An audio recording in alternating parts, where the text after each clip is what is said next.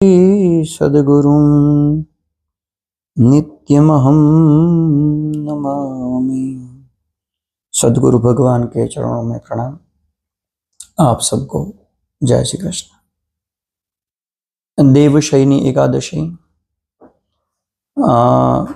चातुर्मास का प्रारंभ होने वाला है।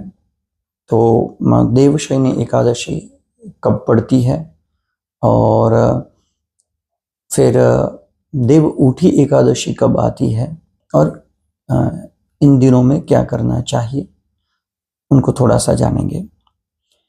17 जुलाई बुधवार को देवशयनी एकादशी आ रही है और उसी दिन से चातुर्मास का प्रारंभ हो जाएगा। बड़ा अच्छा उस दिन उस एकादशी को बड़े अच्छे योग बन रहे हैं। राजयोग बन रहा है और अमृत सिद्धि योग भी उस दिन को बन रहा है, यानी बहुत सुंदर दिन आ रहा है। तो उसके बाद ऐसा माना जाता है और शास्त्रों में पुराणों में ऐसी कथा है कि इन चातुर्मास के दरमियान भगवान नारायण जो है वो पाताल लोक में चले जाते हैं। तो जब भगवान नारायण पाताल लोक में है तो विवाह आदि जो मंगल कार्य है वो हम ऐसे कार्य को, अच्छे कार्य को नहीं करते।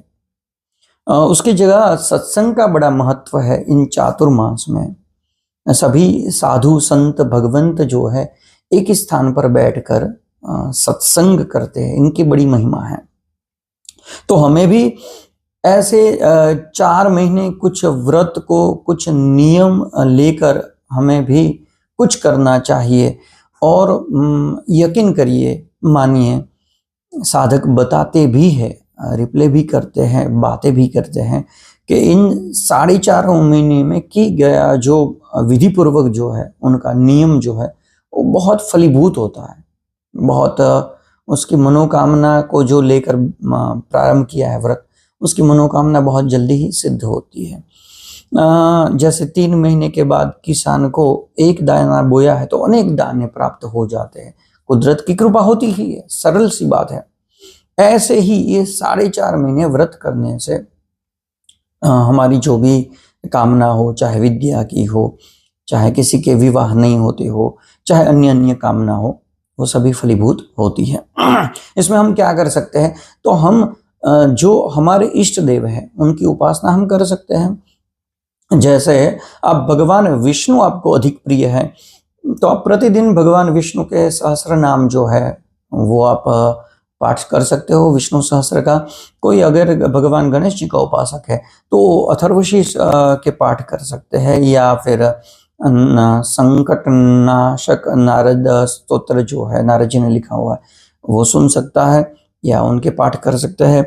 भगवान शिव जी का कोई उपासक है तो महिम्न स्तोत्र आदि के पाठ वो कर सकता है। किसी को लक्ष्मी की कामना है या अपने कार्य में वृद्धि चाहिए तो वो श्री सूक्त के पाठ 4.5 महीने नियम पूर्वक कर सकता है। ये भी वो कर सकता है। कोई प्रत्यक्ष देव जो है भगवान भास्कर, भगवान सूर्य नारायण, उनकी उपासना करना चाहे तो बुद्धि और आरोग्य तेज के दाता है तो वो आदित्य हृदय स्तोत्र के पाठ भी कर सकते हैं। और फिर कार्तिक मास की शुक्ल पक्ष में जो एकादशी पड़ती है उसे कहा गया है देव उठी एकादशी। और यही देव उठी एकादशी से फिर मंगल कार्य, विवाह आदि मंगल कार्य का प्रारंभ हम कर देते हैं। आपको ये माहिती अच्छी लगी होगी ऐसे आशा करता हूँ। आप सभी को पुनः प्रेम पूर्वक जय श्री कृष्ण।